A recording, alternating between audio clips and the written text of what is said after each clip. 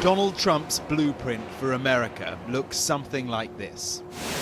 Big industry, power and might. Made in America, made by Americans. How many people work here? It's 1,100 and some. We're inside a metal plant in rural West Virginia. It is one of the largest facilities of its kind in the world. Aluminium. Aluminum, they call it here. There's a lot of power, there's a lot of force coming down on that slab. Heated, molded. It's like pastry. They're just like... It's exactly same principle. Transformed from massive blocks into coils and sheets. It rolls through here to customers far and wide. So space, aerospace, transportation, general engineering products, military products. Well, you do get a real sense here of the president's vision. American manufacturing, American jobs, and American product. But expanding all this, that is a true challenge. Because the competition here is cheaper aluminium from overseas, from China mostly.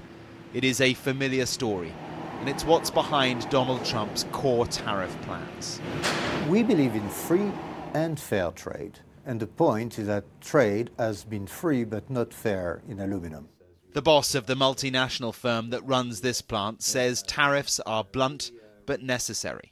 There's been massive growth in the capacity installed in China, but a lot of that has been allowed by illegal subsidies. So what it means is that overall trade of aluminum products is broken as an international system. It is clear that not all countries, not all products are unfairly traded. But there is a history of Chinese production making its way through third countries into the US. So a blunt, approach was required. Blunt for sure. Blanket tariffs are causing huge angst, precisely because resets create uncertainty. Short term, pain. Gain only maybe down the line.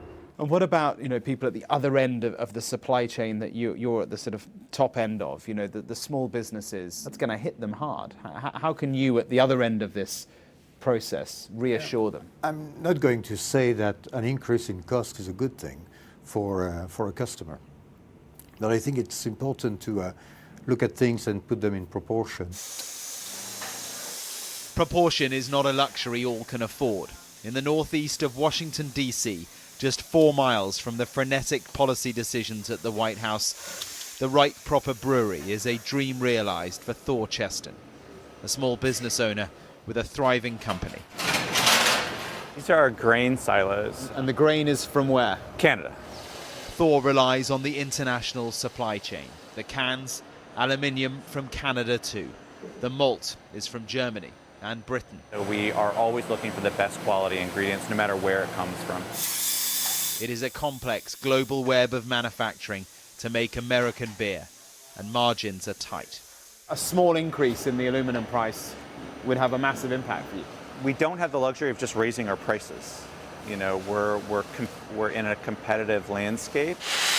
You could face some real increase in costs if they start tariffing from Germany, from UK, Canada.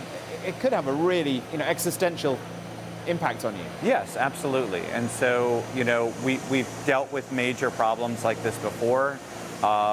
We've had to pivot a lot.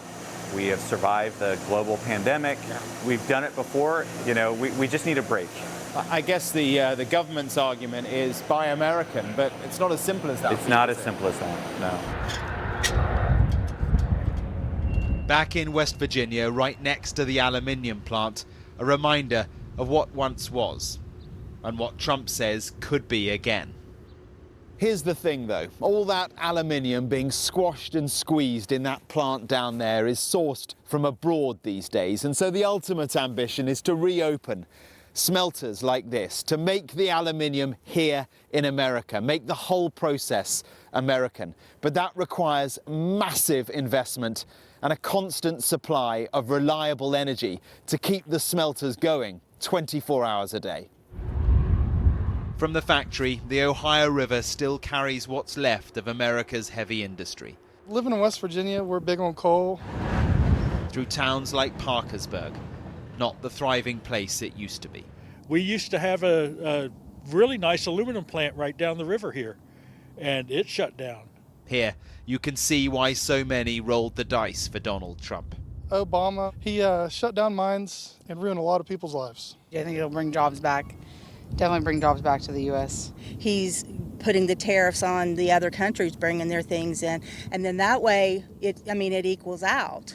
I know that it's probably going to end up jacking up prices here in the U.S. I am a registered Republican, but I don't support the man in any way, shape, or form. I'm for Republican, but I'm not exactly aligned with Donald Trump. The Trump tariff blueprint is full of jeopardy.